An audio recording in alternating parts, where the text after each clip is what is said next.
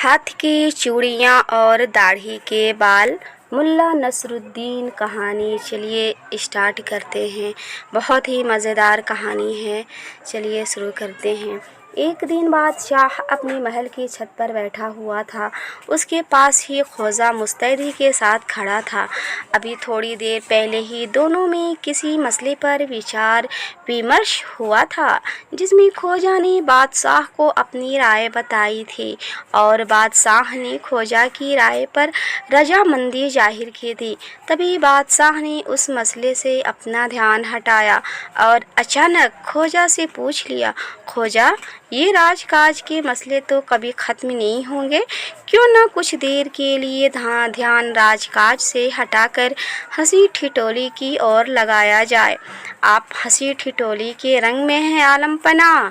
ख्वाजा भी मुस्कुरा करके बोला, मुझसे कुछ सवाल करना चाहते हैं तो करिए। बादशाह बोला, ख्वाजा, अभी कुछ वर्ष पहले ही तुमने शादी की है, तुम अपनी बेगम का तो ख्याल रखते ही होगे। हाँ जहाँ पनाह, अपनी बेगम को भला कौन नहीं चाहता। तब तो तुम ज़रूर ही यह बता सकोगे कि तुम्हारी बेगम के हाथों में कितनी चूड़ियाँ पहनती है।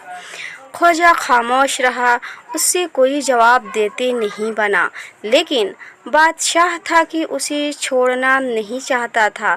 उसने फिर से पूछा, बताओ ख्वाजा, तुम्हारी बेगम हाथों में कितनी चूड़ियाँ पहनती है। ख्वाजा ने कहा, आलम पनाह, अपनी बेगम के हाथों की चूड़ियाँ गिनने का तो मुझे कभी समय ही नहीं मिला, न मैंने कभी उसकी चूड़ियों की तरफ कभी ध्यान दिया। पर मैं आपसे एक बात पूछना चाहता हूँ। हाँ हाँ ज़रूर पूछो, बादशाह ने आनंदित होते हुए कहा। हुजूर, आप अपनी प्यारी दाढ़ी पर दिन भर में न जाने कितनी बार हाथ फिराते हैं। क्या आप बता सकते हैं कि आपकी दाढ़ी में कितने बाल हैं? ख्वाजा के इस अटपटे प्रश्न से बादशाह बौखला गया। कुछ पल रुककर उसने कहा, ख्वाजा, इस सवाल का जवाब देना तो बहुत मुश्किल है, लेकिन मेरी सवाल आसान है। तुमने ज़रूर अपनी बेगम की चूड़ियाँ गिनी होगी।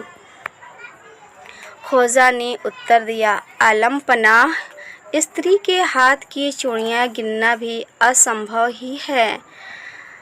कारण यह कि स्त्रियां अपनी इच्छानुसार चूड़ियाँ की संख्या घटाया या बढ़ाया करती हैं, किंतु जिस दरवाजे की सीढ़ियों से आप रोज़ाना आया जाया करते हैं, क्या उनकी संख्या ठीक ठाक बता सकते हैं? बादशाह बोला, ख्वाजा, मुझे वह सीढ़ियाँ गिनने का कभी मौका ही नहीं मिला। इस पर ख्वाजा ने कहा, जब सीढ़ियाँ जैसी ठोस और निश्चित रहने वाली चीज़ों की गिनती नहीं की तो फिर चूड़ियाँ कैसे गिनी जा सकती है? ख्वाजा के ऐसे तथ्यपूर्ण उत्तर को सुनकर बादशाह खुश हो गया। उसने ख्वाजा को पुरस्कार दिया और भविष्य में भी ऐसे तर्कपूर्ण उत्तर देने की शुभकामना दी। ये वीडियो आपको ज़रूर पसंद आया होगा। ये वीडियो पसंद आया होगा तो लाइक कीजिएगा, सब्सक्राइब कीजिएगा, दोस्तों के साथ ज़्यादा से ज़्यादा शेयर कीजिएगा। इसी तरह से अच्छी अच्छी कहानियाँ लेकर फिर मैं आऊँगी। तब तक के लिए बाय बाय, अल्लाह हाफिज़।